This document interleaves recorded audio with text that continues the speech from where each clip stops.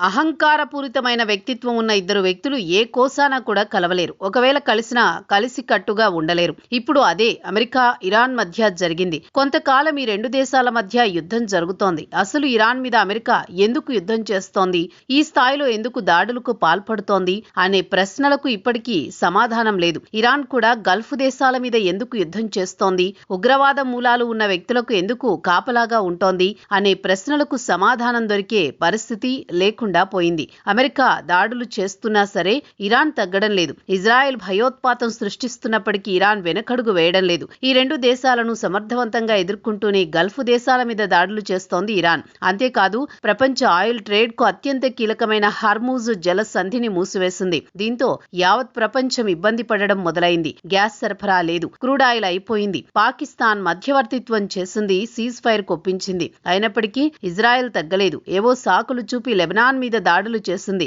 ఈ క్రమంలో ఆదివారం ఇరాన్ అమెరికా మధ్య శాంతి ఒప్పందం కుదిరించడానికి పాకిస్తాన్ పూనుకుంది. తమ దేశం వేదికగా చర్చలు జరగాలని కోరింది. దానికి అమెరికా ఒప్పుకుంది. ఇరాన్ కూడా ఓకే చెప్పింది. ఈ చర్చలు ఫలప్రదం అవుతాయని ప్రపంచంలో ఎవరికీ కూడా నమ్మకం లేదు. ఎందుకంటే అవి జరిగేది పాకిస్తాన్ వేదికగా.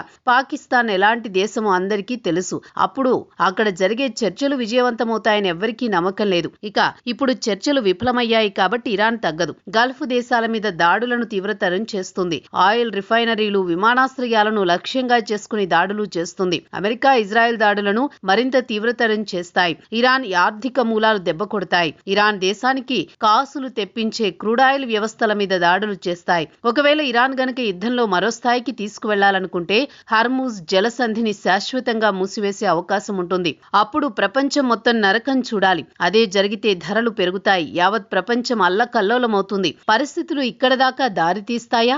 మళ్లీ చర్చలు మొదలవుతాయా? సీజ్ ఫైర్ ఒప్పందానికి రెండు దేశాలు కట్టుబడి ఉంటాయా? ఈ ప్రశ్నలకు సమాధానాలు లభించాల్సిన అవసరం ఉంది.